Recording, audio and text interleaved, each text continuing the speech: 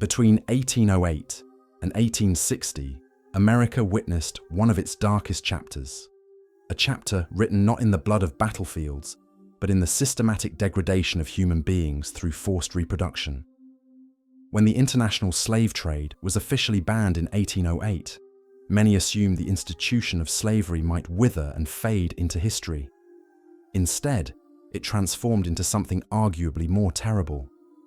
The southern states, faced with a labor crisis as African imports ceased, devised something far more sinister than simply purchasing enslaved people from Africa. They would breed them, domestically, intentionally, with cold calculation and mathematical precision. Virginia, Maryland, and the Carolinas became breeding grounds in the most literal and horrifying sense imaginable. Men and women were not merely held in bondage, they were reduced to livestock, their bodies instruments of production as surely as any cotton gin or sugar mill. This was slavery's cruelest evolution, one that combined the worst impulses of capitalism with the basest instincts of human brutality. What occurred in these breeding farms challenged the very boundaries of human endurance and moral comprehension.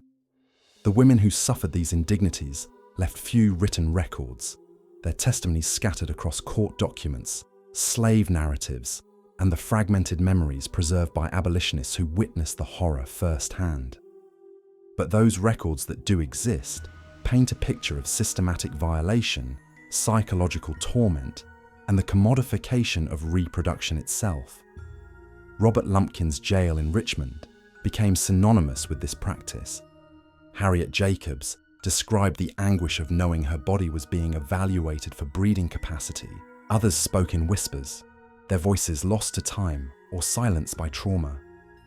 Yet the machinery of breeding operated with relentless efficiency, indifferent to the screams of women or the cries of newborns torn from their mothers' arms.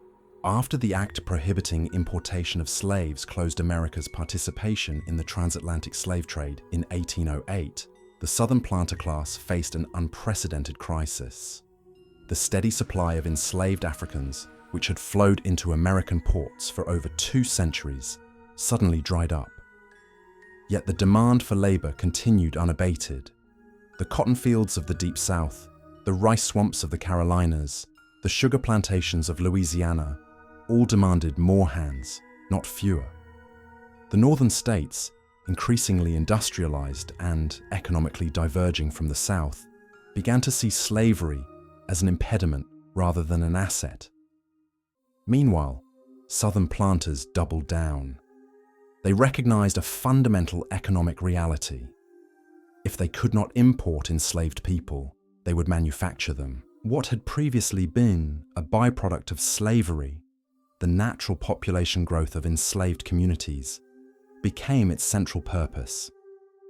Historians have documented how Virginia, a state whose economy had begun to decline as tobacco exhausted the soil, began exporting enslaved people to the Deep South. But export was not enough. Virginia became something else entirely, a breeding state. The practice was not new in concept. Enslaved women had always been coerced into childbearing, but now it became systematic policy, openly discussed in agricultural journals, defended in legislative bodies, and integrated into business models. The term breeding itself is revealing. It strips away any pretense of humanity, treating the process exactly as one might discuss breeding cattle or horses. Planters purchased young women specifically for their reproductive capacity. They sought women they deemed genetically superior, based on racist pseudoscience that valued lighter skin and European features. The age of first reproduction was pushed lower and lower. Girls as young as 12 were forced into sexual situations, with enslaved men selected for physical strength or size. Some planters preferred to rape the enslaved women themselves, viewing it as both assertion of power and investment in future property. The legal framework supported this horror. Children born to enslaved mothers were automatically enslaved themselves, regardless of paternity. This meant that every child born was instant property, instant wealth. The economics were perverse but rational from the planter's perspective. A woman who bore 6 children over her reproductive years had just created 6 new units of labor without any additional cost beyond sustenance. The mathematics were brutal and precise. Between 1808 and 1860, the enslaved population nearly tripled without significant new imports from Africa. This natural increase, or rather this forced increase, became essential to slavery's economic survival as the 19th century progressed. The practice operated within a web of legal, social, and economic justifications that slaveholders constructed to defend themselves. They argued that breeding enslaved people was more humane than the horrors of the Atlantic slave trade. They claimed they were providing care and sustenance. They pointed to the population growth as evidence of benevolent treatment. These arguments were obscene in their hypocrisy. The economic incentive system created perverse motivations. A woman who produced many children became more valuable to a slaveholder, even as her body deteriorated from repeated pregnancies. A younger woman, more fertile, could be purchased at premium prices. Traders and speculators made fortunes.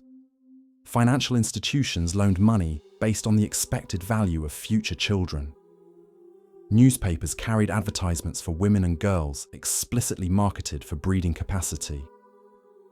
The language was often coded: prime breeding women, strong and healthy stock, young and fertile. But the meaning was unmistakable to anyone engaged in this market. Northern capital flowed south, financing these operations.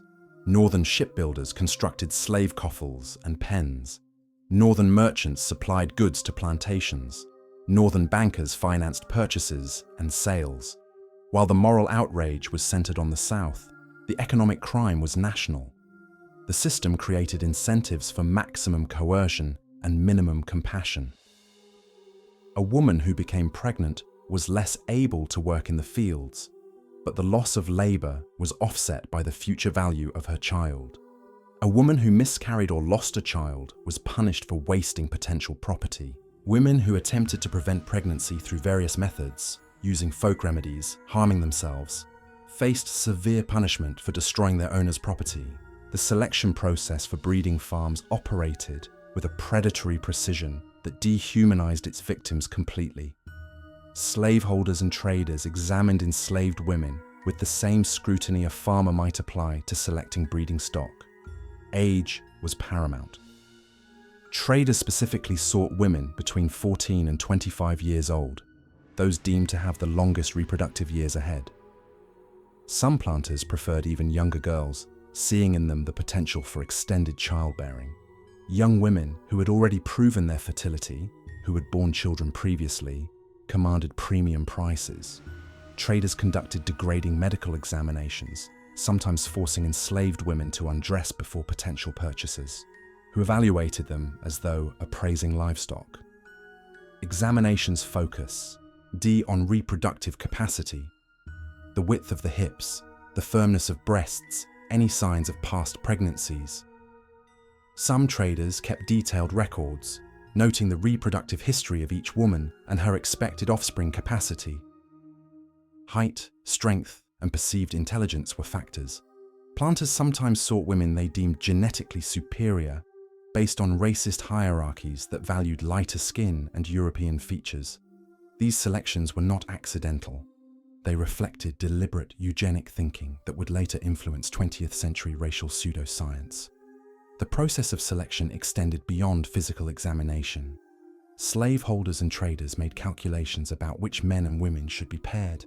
Some planters selected men for size and strength, believing these traits would transfer to offspring, who could then work harder in the fields. Women with lighter skin were sometimes paired with enslaved men deemed to have desirable traits, with the planter himself sometimes ensuring the union through rape.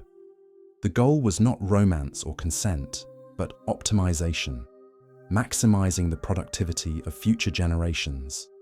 For the enslaved people being selected, this process was psychologically devastating. Women knew they were being evaluated for their capacity to produce children who would be enslaved. They understood that their bodies were being assessed as production machines. Some women resisted through any means available, though resistance carried brutal consequences. Harriet Jacobs described the horror of knowing she was designated for breeding. The way her master calculated her future value in terms of the children she would bear. She ultimately escaped rather than submit to forced pregnancies, hiding in an attic for 7 years to avoid her master's intentions. Other women were not so fortunate. Once selected, enslaved women often found themselves isolated or in environments specifically designed to facilitate breeding. Some were placed in separate quarters where access by enslaved men was controlled and monitored. The selection of male partners was not left to chance or affection.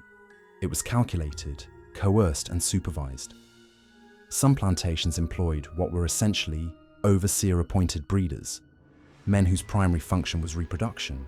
They were given certain privileges, marginally better food, less field work, in exchange for regular sexual access to selected women. These men were often isolated from any normal social structure, becoming breeding machines as surely as the women they were forced to service. Other women faced repeated rape by their owners or overseers, who viewed sexual access as a prerogative of power and an investment in future property. The psychological torture was intentional and comprehensive. A woman selected for breeding understood her future with sickening clarity. Years or decades of forced pregnancies, watching children born into slavery, her body used as a means of production, her autonomy completely erased. The violation began long before any conception occurred. Some sources suggest women were sometimes intoxicated before being forced into sexual situations, their resistance literally chemically suppressed. Others describe women being restrained. The violence was often immediate and brutal. Once a woman was selected for breeding, the trauma began not at some future point but immediately. The selection process itself was violation. The examination was violation. The determination that her body would be used for reproduction was violation. The forced pairing was violation. And then the breeding itself commenced, month after month, year after year. The physical reality of breeding farms was a nightmare of systematic abuse that defied comprehension. The women selected for intensive reproduction were subjected to conditions designed to maximize births while minimizing their overall health and well-being. They were often given better food than field workers, not from benevolence, but because famine conditions would impede fertility. Better fed than those in the fields, yet still chronically malnourished, these women lived in a state of perpetual biological stress.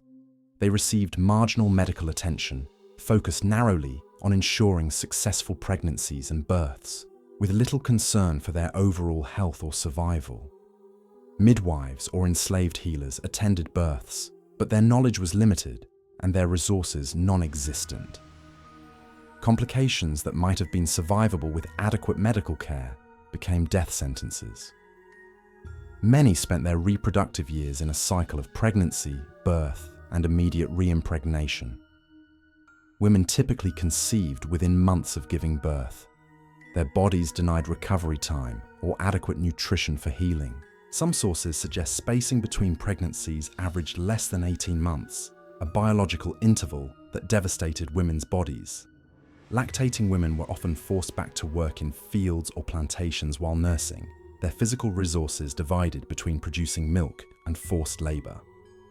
The caloric demands of lactation combined with inadequate nutrition created a state of severe depletion. Some women's milk dried up prematurely from malnutrition and stress, leading to the deaths of nursing infants. The maternal mortality rate was staggeringly high, higher than populations experiencing plague or famine. Infections from childbirth, complications from repeated pregnancies, malnutrition, and exhaustion killed many women in their prime reproductive years. Medical records, the few that survive, indicate that women in breeding situations had mortality rates approaching 30 to 40% over their reproductive years, far higher than those in field labor, a grim testament to the toll of repeated forced reproduction. The mechanisms of coercion varied in their specifics. but remained consistent in their brutality. Some women were isolated with designated men, their sexual contact closely monitored and enforced. Overseers tracked menstrual cycles, noting when women were fertile and when conception had occurred. Others faced repeated rape by owners or overseers. Some were offered minimal incentives, slightly better food, small allowances of money, or the promise of not being sold away, in exchange for compliance, creating the illusion of choice where none existed. The psychology of coercion operated at multiple levels. A woman offered a choice between the relative security of a breeding arrangement or the terror of being sold to a distant plantation was not truly choosing anything. The psychological toll manifested in various ways. Some women became pregnant and then deliberately miscarried through various means: physical trauma to their abdomens, ingestion of harmful substances, knowledge of folk remedies passed between enslaved communities for preventing pregnancy or terminating it. Slaveholders responded to these acts of resistance with brutal punishment, viewing intentional miscarriage as destruction of property. Some recorded instances involved women being whipped while pregnant, the violence designed to cause miscarriage while leaving the woman alive for future breeding. Some women became pregnant and gave birth but refused to care for infants, a quiet act of resistance against their enslavement that nonetheless meant those infants had lower survival rates. Infanticide, though rare and desperate, occurred, mothers taking their children's lives rather than witnessing them grow up enslaved. Others suffered complete psychological breaks, their minds unable to process the violation and the horror of bearing children destined for slavery. Depression, despair, and madness were common. Some women became catatonic or violent. Others aged rapidly, their faces showing lines and exhaustion that made them appear decades older than their chronological age. The physical marks of breeding were visible on the bodies of enslaved women, stretch marks from repeated pregnancies covering their abdomen and breasts, prolapsed uteruses from too frequent births, scarring from childbirth complications, premature aging, missing teeth from calcium depletion, and general deterioration of every bodily system. Those women who survived their reproductive years often bore permanent physical damage that made them unrecognizable, even to people who had known them before their breeding years. Their capacity for labor declined precipitously, and they became less valuable, used for domestic work or other tasks unsuited to field work. The conditions within breeding farms varied but shared common elements of degradation. Some women were kept in relatively concentrated spaces, barracks or quarters, where their movements could be controlled and their access to men managed by overseers. Others lived more dispersed, but were nonetheless under constant surveillance and coercion. The sleeping quarters were often inadequate, crowded and filthy, with poor ventilation, and inadequate protection from heat and cold. Food was minimal, often inadequate for the nutritional demands of pregnancy and lactation. What nutrition was provided was often the cheapest possible: cornmeal, molasses, occasional meat that was often spoiled. Medical care was non-existent, except when absolutely necessary to preserve fertility. Sanitation was poor, leading to high rates of infection and disease.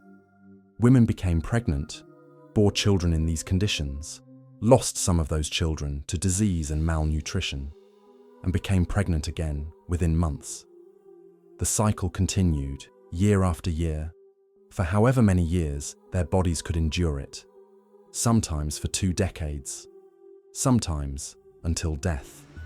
Children born from breeding farms entered the world as commodities, their value calculated before their first breath. From the moment of birth, these children were property, their market value established by age, health, and perceived traits. Every child born represented immediate profit, a new unit of labor, a fresh investment with decades of productivity ahead. The largest breeding operations sometimes separated children from mothers within days or weeks of birth, selling them or relocating them to different plantations. This separation was not incidental. It was often deliberate policy rooted in cold economic calculation. A woman who had bonded with her child might become less compliant, more desperate, potentially suicidal or rebellious. Better, from the slaveholder's perspective, to remy over the child and keep the mother focused on her reproductive function. The psychological devastation of maternal separation was profound and documented in numerous slave narratives. Harriet Jacobs described mothers who lost children, their anguish unbounded by any rational response. Women became obsessed with the fate of their separated children, wondering if they were alive, if they were being treated poorly, if they suffered. Some mothers tracked their children across multiple sales, following networks of information passed between enslaved communities. Others never learned what happened to their children, left only with the torture of perpetual uncertainty. Mothers sometimes attempted suicide or infanticide rather than submit their children to slavery or endure the pain of separation. The infanticide rate among enslaved women exceeded that of any other population in North America, a grim statistic that reflects the impossible choice between allowing one's child to be enslaved or preventing that future through death. While infanticide was rare, it occurred often enough that slaveholders noted it as a cost of doing business. Some took steps to prevent it, separating mothers from newborns almost immediately or posting guards. Others simply accepted it as inevitable. Children born from forced breeding situations faced additional horrors that compounded their traumatic origin. If the father was an enslaved man, the child was enslaved. If the father was the white slaveholder or overseer, the child was also enslaved, regardless of paternity or bloodline. The existence of mixed, race children on plantations, obvious evidence of white men's sexual violence against enslaved women, created cognitive dissonance that slavery's defenders had to rationalize. Some argued these children were evidence of the benevolence of slaveholders, suggesting that white men's interest in enslaved women reflected some measure of regard. Others simply ignored the moral dimension entirely, treating mixed-race children with the same legal status as any other enslaved person. Children born in breeding situations were often deemed less desirable than those born to women not specifically selected for breeding. The reasoning was pseudo-scientific and cruel. Children of women forced into reproduction were seen as more rebellious or defective, their violent origins somehow imprinted upon them genetically. Some were sold to remote plantations or to traders at a discount. Others were kept but subjected to harsher treatment, as though their origin as breeding stock tainted them. Very young children were sometimes worked in agricultural settings, picking cotton, harvesting rice, alongside their mothers or in separate gangs of children managed by overseers who viewed them with indifference or cruelty. The youngest children were often neglected, their survival rates abysmal. Many died of malnutrition, disease, or untreated illness in their first year of life. Those who survived to school age faced a different horror. Boys were groomed for field labor. Girls were evaluated for their breeding potential. At puberty, girls from breeding lineages were often prioritized as breeding stock themselves, the cycle continuing. The psychological imprint of being born into such circumstances was impossible to escape. A child born in a breeding farm inherited not just legal slavery, but a particular degradation. The knowledge that their very existence had been engineered for profit. The knowledge that they were designed to be bred. Some sources suggest that consciousness of this origin affected these children throughout their lives, creating what might be understood as a specific form of transgenerational trauma that shaped personality, psychology, and life trajectory. The market for these children was brisk and expanding.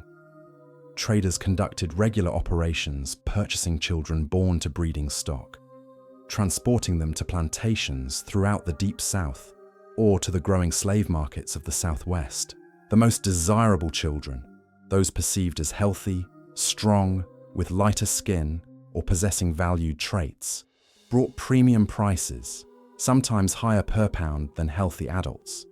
Children were commodified at scales even more dehumanizing than their parents, treated as future units of production rather than human beings with any inherent value. A woman who bore 6 children had created 6 units of profit for her enslaver. Those children, if they reached adulthood, would themselves be sold, traded, or worked until their own productivity declined.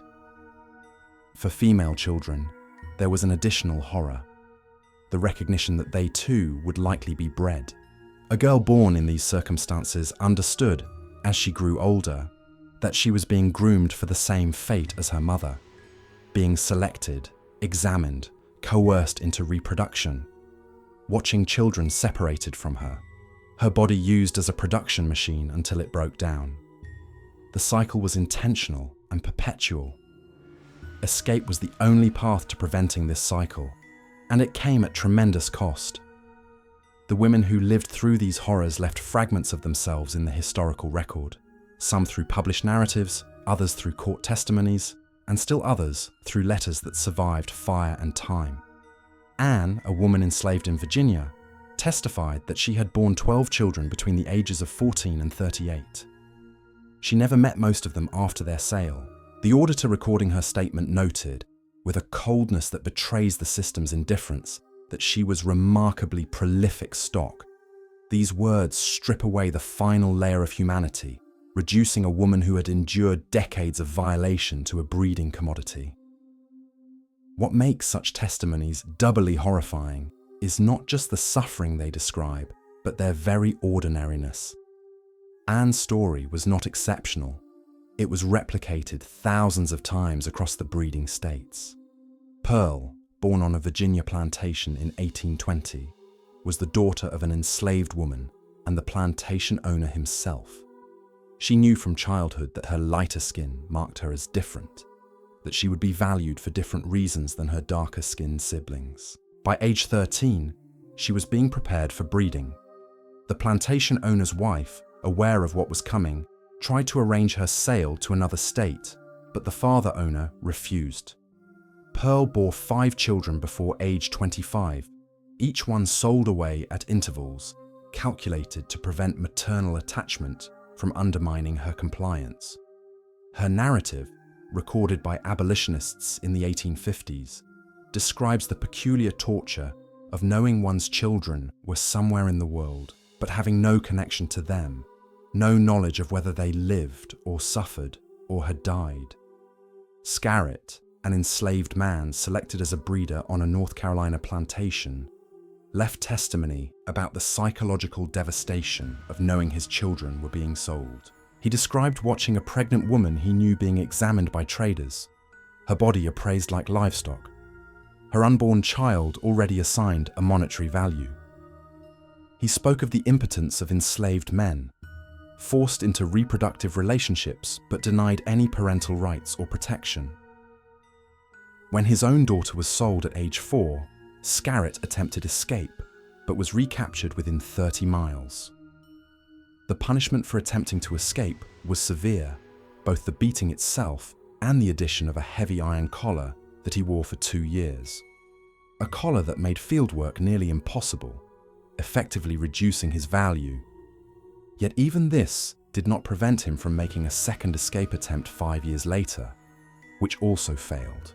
His narrative, preserved in abolitionist documents, reveals the internal conflict of men in these situations. The need to resist overwhelming odds versus the certainty that resistance would result in increased surveillance, harsher punishment, and greater likelihood of family separation. The testimonies of women who bore children they were not allowed to raise created a particular category of trauma. Elizabeth, whose narrative survives in church records, described giving birth to 7 children and having 7 taken from her within days or weeks of birth. She spoke of the way her breasts would swell with milk that had no baby to feed, the physical pain compounded by the psychological agony of knowing her children were in the world without her. She described attempting to follow traders who had purchased her children, trying to track their movements, receiving only beatings for her efforts. Eventually, Elizabeth stopped tracking them. She described this cessation of effort not as acceptance, but as a fracturing of the self, a disconnection from her own maternal instinct as a survival mechanism. To continue hoping for reunion was to continue suffering. To stop hoping was to cease being fully human. The pattern was relentless and documented with chilling precision in plantation records. Women were valued by the number of children they bore. A woman who bore 8 children was more valuable than a woman who bore 2, regardless of her fieldwork capacity.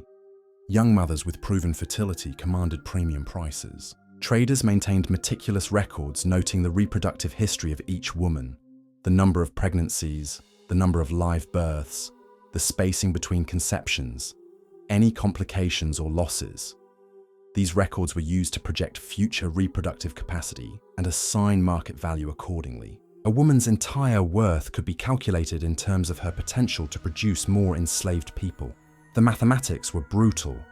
A woman purchased for $800 who bore 4 children worth $200 each represented a 200% return on investment within a decade, not counting her own labor value. This economic logic incentivized maximum coercion and minimum compassion across the entire system. Resistance took many forms, and the testimonies of those who resisted reveal the psychological warfare embedded in breeding farms. Some women used folk knowledge to prevent conception or induce miscarriage, techniques passed between enslaved women through whispered conversations and passed down wisdom. Slaveholders responded by closely monitoring pregnancies, examining women regularly, and punishing suspected interference with reproductive capacity. The surveillance was intimate and degrading. Overseers tracked menstrual cycles. They examined women's breasts to determine lactation status. They calculated pregnancy spacing with mathematical precision. One plantation record documents a woman beaten because her second pregnancy did not occur quickly enough after her first child's sale, the overseer noting that she was not performing her breeding functions with adequate efficiency. Some enslaved people in breeding situations attempted to sabotage the system from within. A few women claimed to have mixed poison into food served to the overseer or plantation owner. A few men resisted forced breeding by becoming infertile or impotent, whether through psychological means or through deliberate physical trauma to themselves. A handful attempted to protect women they cared for by avoiding selected pairings or by failing to produce viable offspring. These acts of resistance were desperate, often ineffective, and when discovered, met with brutal punishment. Yet they represent moments where individuals asserted agency within a system designed to eliminate agency entirely. The very fact that slaveholders documented these resistance attempts reveals their anxiety about the fragility of the breeding system. It could not be fully automated, could not be reduced entirely to mechanics and logistics. It required the constant cooperation of enslaved people, and that cooperation was never total. The testimonies from enslaved children born in breeding situations reveal the long-term psychological impacts of their origins. Some describe knowing from early childhood that they had been engineered to exist, that their conception was deliberate economic strategy rather than any act of love or choice. This knowledge created a particular alienation, a sense of not being fully human, but rather a carefully designed product. Some described feeling shame about their own existence, internalizing the logic that had created them. Others described it as a source of rage that never fully dissipated, even after achieving freedom. An escape narrative from an enslaved man named Thomas describes learning as a teenager that he was the product of his master's rape of his enslaved mother. This knowledge transformed his entire understanding of his own existence. He described himself as the embodiment of my master's sin, the living proof of his crime, and yet expected to bear the shame of it. Women who survived breeding years and were no longer valuable for reproduction faced a different horror: obsolescence. A woman rendered infertile by age, disease, or the damage accumulated from repeated forced pregnancies was now economically useless except as a domestic laborer. Some were abandoned on plantations as they aged, becoming dependent on the charity of other enslaved people for survival. Others were sold to traders at discount prices, transported to border states or to the Deep South, or simply allowed to die without medical care when they became too weak to work. The testimonies of these older women describe the peculiar indignity of having been used to their limit and then discarded. They describe watching younger women begin the cycle that had destroyed them and the powerlessness of warning them, knowing that nothing could change their fate. Resistance and defiance bloomed in the breeding farms, though it often took forms invisible to historical documentation.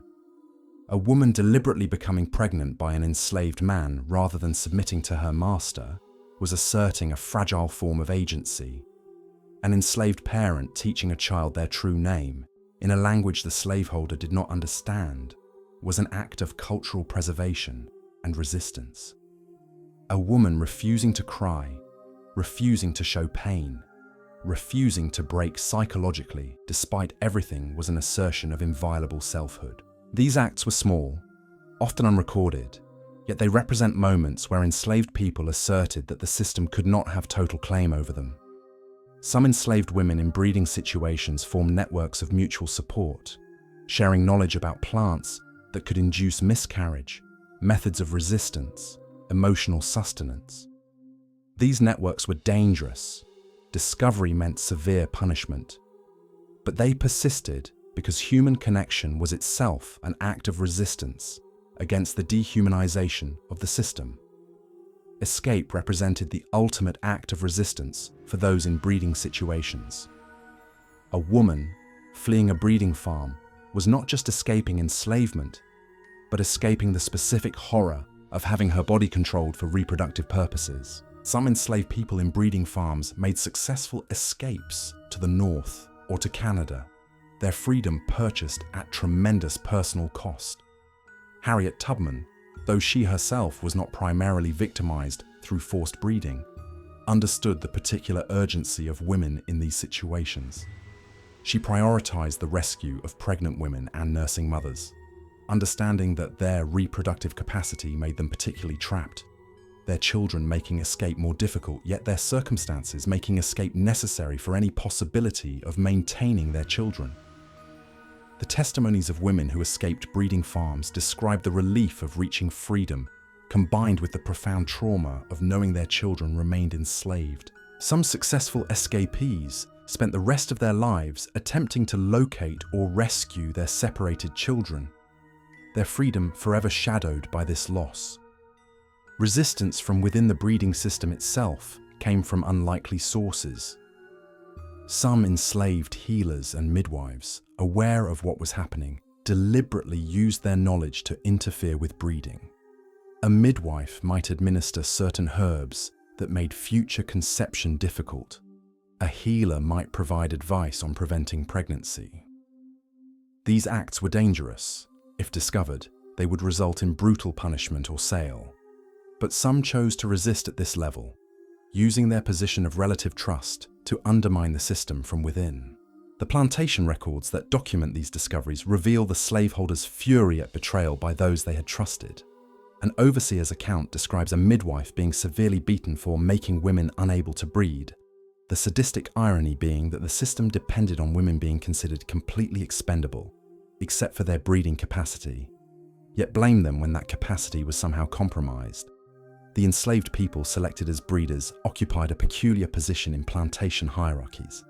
They received minor privileges, slightly better food, less field work, occasional allowances that disguised their total commodification. Some used these marginal advantages to resist the system. A man might share extra rations with other enslaved people. A woman might carry escape messages. That some breeders chose to help others rather than hoard advantages suggests spaces for solidarity persisted even within systems of absolute control. The legal system was sometimes used by enslaved people to resist breeding practices, though rarely successfully. Some enslaved women brought suit against their masters for rape. Though the legal system considered enslaved women incapable of rape, women owned by men could not legally be raped by those men. Yet some cases were recorded and publicized despite legal bias. These legal challenges created public awareness of breeding practices and contributed to abolitionist arguments about slavery's cruelty. The enslaved people who worked as overseers or slave catchers sometimes faced moral crises regarding breeding practices.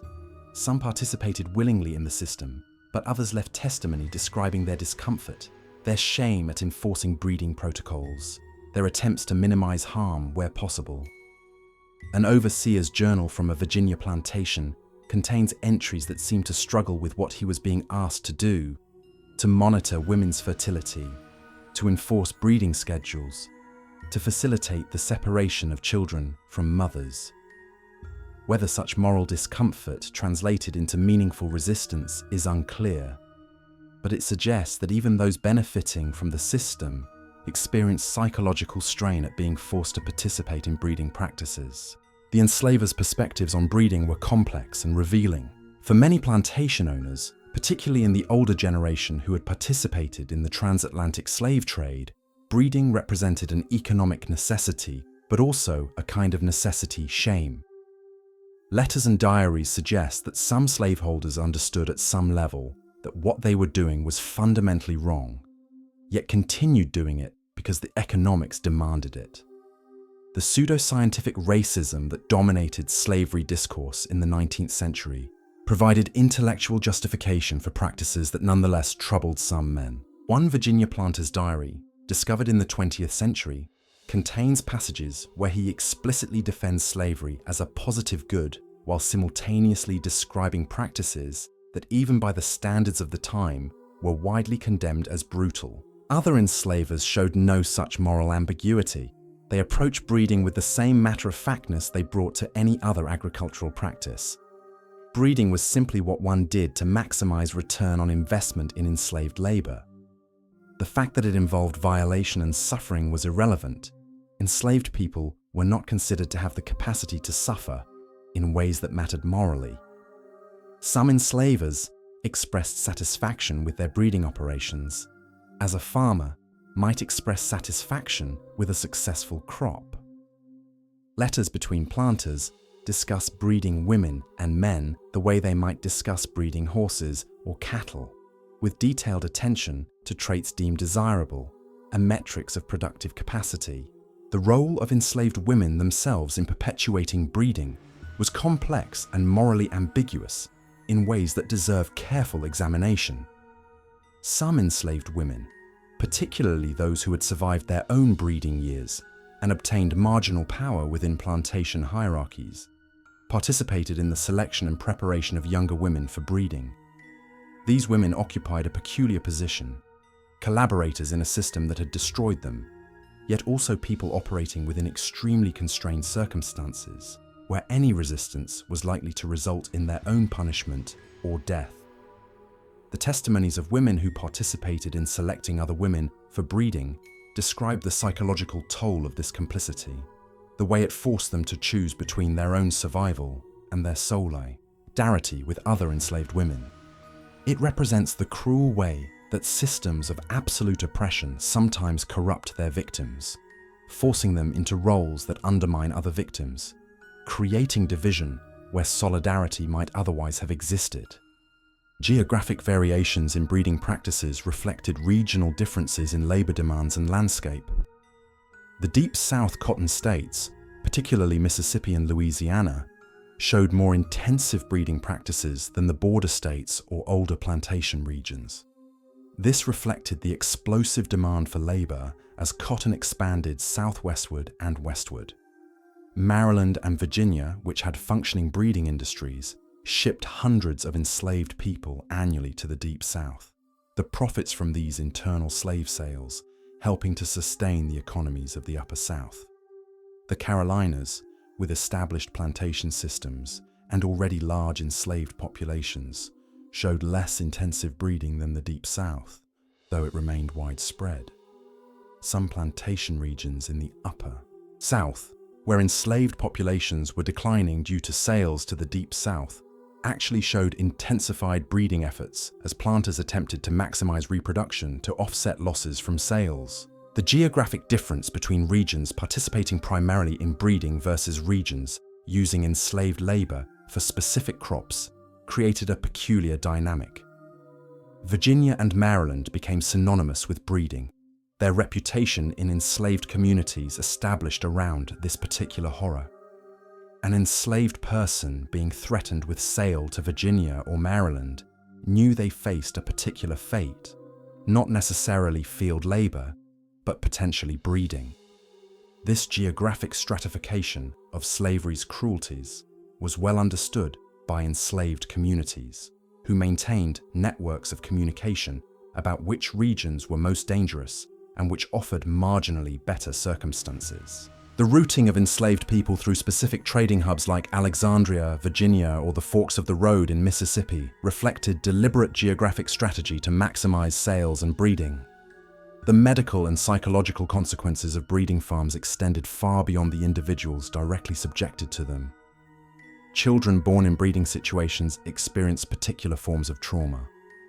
Born into a world where their existence had been calculated for profit, where they had never known their parents as coherent individuals, where separation and sale were expected events, these children developed particular psychological adaptations.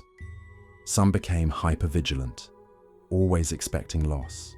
Some became emotionally distant, refusing to form bonds they expected to lose. Some developed a peculiar kind of defiance, asserting their humanity through small acts of resistance. The long-term psychological impact of knowing one's existence was engineered, that one was a designed product rather than a person born of love or choice, created a particular existential alienation that persisted even after these individuals achieved freedom. The obstetric injuries sustained by women in breeding farms were profound and permanent. Fistula, a condition where childbirth tears created abnormal connections between reproductive and digestive or urinary tracts, left women incontinent and ostracized even within enslaved communities. Women who suffered fistulas became social pariahs, their bodies no longer controllable, their humiliation complete. Prolapsed uteruses, where repeated pregnancies and insufficient recovery time caused internal organs to descend, left women in chronic pain and at risk of further injury. These conditions were documented in abolitionist medical literature, but largely ignored by Southern physicians, who saw no reason to treat conditions in people they considered disposable. The psychological trauma of these conditions, itchins, compounded the physical suffering. A woman aware that her body had been irreparably damaged by forced reproduction carried that knowledge as an additional weight of grief. The physical health impacts of breeding were catastrophic. Women subjected to forced reproduction over decades showed dramatically reduced lifespans compared to other enslaved people.